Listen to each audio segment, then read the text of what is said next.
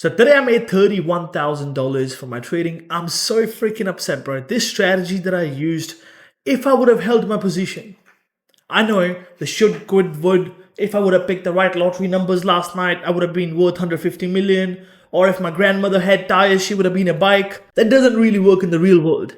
But at the same time, we all human beings. I do have emotions as well. Doesn't matter how long you've been trading, whenever there's money involved, there are going to be emotions involved. I made $31,000. I could have made $350,000 to $450,000 if I would have just held my trade from the morning. Pretty insane, I know. But let me break down the trade, because some people in my chat, they held the trade the whole way. Now, I had a bigger position size, but they were able to make like $1,000 turn into $4,000, $5,000. Bro, that's 500, 600% trades. Literally, think about it. Now, let me talk about this. Yesterday, I took a 500%, 550% trade towards the downside. Today, it was the same thing again. But let's talk about the strategy, because there's a little bit different to what I did yesterday. If you haven't watched yesterday's video, I pretty much caught this entire move towards the downside. But today, what we did is absolutely insane. So whenever you're trading SPX, and also, by the way, I'm going to make this video super small because I have another meeting to get to. I was not going to do the video. I was like, you know what, not today. But then I'm like, man, there is a young hustler sitting on the other side of the world that wants to watch this video and change his family's life. So I'm making this video for you, my brother. If that's you, that's the reason why I'm making this video. Let's fucking go. Whenever you're watching SPX, you also need to watch SPY's chart, because they both work like this. Hey, they're like, how do you say it? Lesbians. Hang on, I'll show you. They're like this. Scissors. Anyway, so let's talk about this. The SPX and SPY. What happens? So whenever SPY has a pre-market high, that means it has the most recent area where the sellers came through. This is the area where the sellers came in. This pre-market. Because people do not mark pre-market highs and pre-market lows. Bro, that's where the most recent buyers and sellers came in. You need to watch that area, right? Now, the market was super choppy. It's pushing towards the upside. SPX at the same time had this 6,700-ish mark sitting right there. Now, I did take a little loss, a little early in the picture. I took a little loss. I actually took the trade again and made all the money back, plus way more. So now I'm watching this. You know what? Let me replay this right here.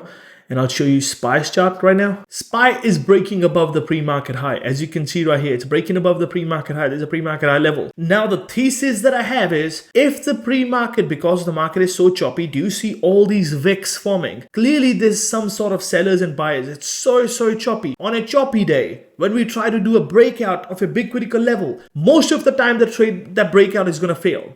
About 90% of the time on a choppy day, especially when the market has been recently choppy, the first breakout's gonna fail. So it's like, if the pre-market high has broken, if it fails, I'm going to jump in puts. That's literally the setup that I was watching. There's nothing else to it. I'll show you in my chat, all right? What did I call out? I said, if SPY fails this pre-market high, I'm gonna try it for puts. We will see stop loss literally at the high of the day. This might be decent. Now, of course, I was literally walking them through the voice, and they were watching my screens in the real time while I was executing these trades live on this. I'm sitting there, patiently waiting.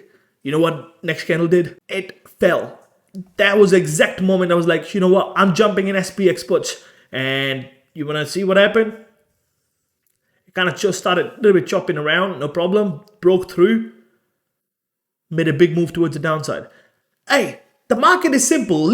Just look at this. Such a huge move. I didn't catch this whole move. This is a $100 move down. I exited somewhere around, I think this area-ish is when I exited the whole thing.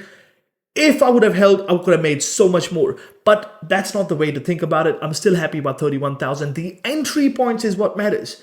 If your SPY has a huge critical level, and which is a pre-market high, especially after a choppy morning, the first time it tries to break, if it fails, you can jump in puts with a stop loss on the high of the day and try to literally target the low of the day. If you target the low of the day, probably about 9 out of 10 times, or maybe let's say 8 out of 10 times, the low of the day will get triggered. And that's exactly what happened. Low of the day got triggered. If you missed the original entry, the second entry is to be honest, the second entry that I did was intraday levels. I call them intraday levels, where first 10-20 minutes of the market open, they usually give you a very nice level. For example, yesterday we got a very nice level within first 10-20 minutes, which is why I was able to catch that 500% trade. We caught this right here. First 10-15 minutes, we got this. And I'm giving away so much sauce. If you're not paying attention, bro, you're missing out already. Check this out. First 10-15 minutes, we got beautiful level, broke below, retested this, jumped in. Today, exactly the same thing happened. Check this out. This is the area that we have, 10-15 minutes.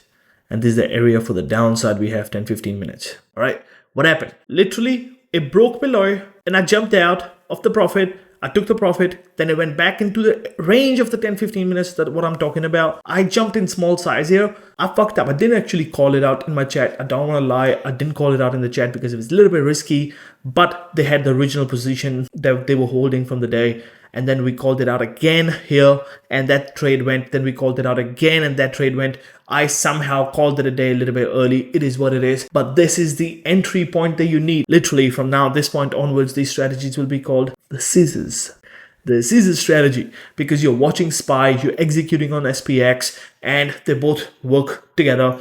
And that's how you make money. And by the way, if you want to see me do this stuff live every single day while I'm sharing my screens in the real-time analysis, check out the first link in the description box below. I'm out.